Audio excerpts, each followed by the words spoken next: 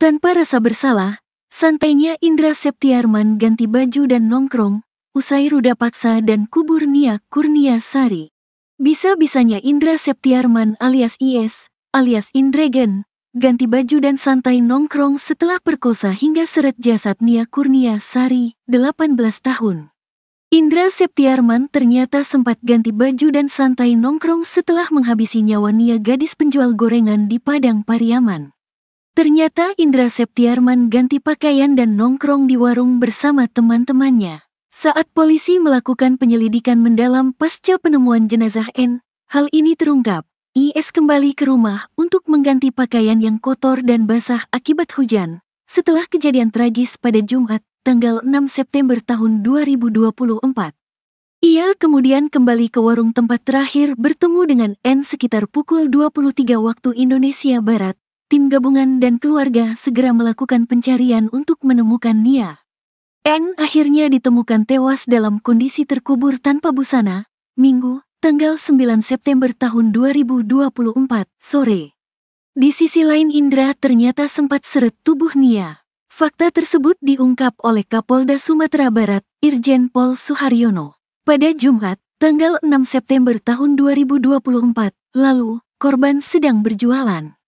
Sekitar pukul 17.50 waktu Indonesia Barat, korban melewati sebuah lokasi yang merupakan tempat berkumpul tersangka, kata Irjen Pol Suharyono. Suharyono menjelaskan, awalnya tersangka bersama 3 temannya memanggil korban untuk membeli gorengan.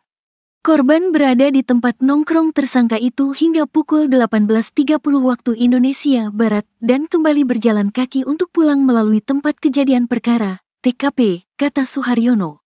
Suharyono menyebutkan, tersangka nafsu melihat korban dan merencanakan pemerkosaan. Tersangka IS kemudian menyiapkan tali rafia untuk mengikat korban jika melawan. Korban kemudian dicegat tersangka sekitar 200 meter dari lokasi transaksi jual beli goreng tadi.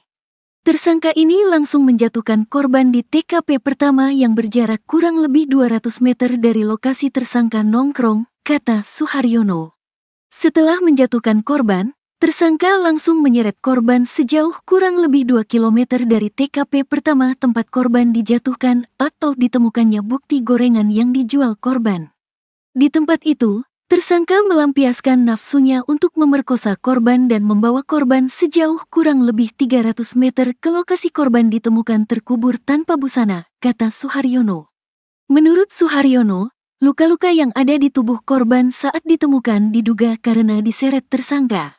Setelah itu, tersangka langsung meninggalkan korban dalam keadaan terkubur tersebut dan kembali ke tempat nongkrongnya, beber Suharyono. Setelah 2 hari, tepatnya pada Minggu, tanggal 8 September tahun 2024, jasad korban ditemukan terkubur tanpa busana oleh warga yang melakukan pencarian. Pada hari ditemukannya korban, tersangka langsung melarikan diri ke arah hutan yang ada di daerah tersebut, jelas Suharyono.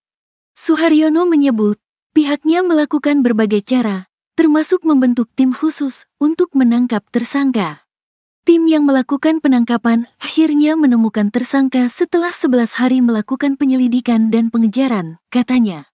Tersangka ditangkap di atas loteng sebuah rumah kosong yang terletak di Nagari 2X11 Kayu Tanam.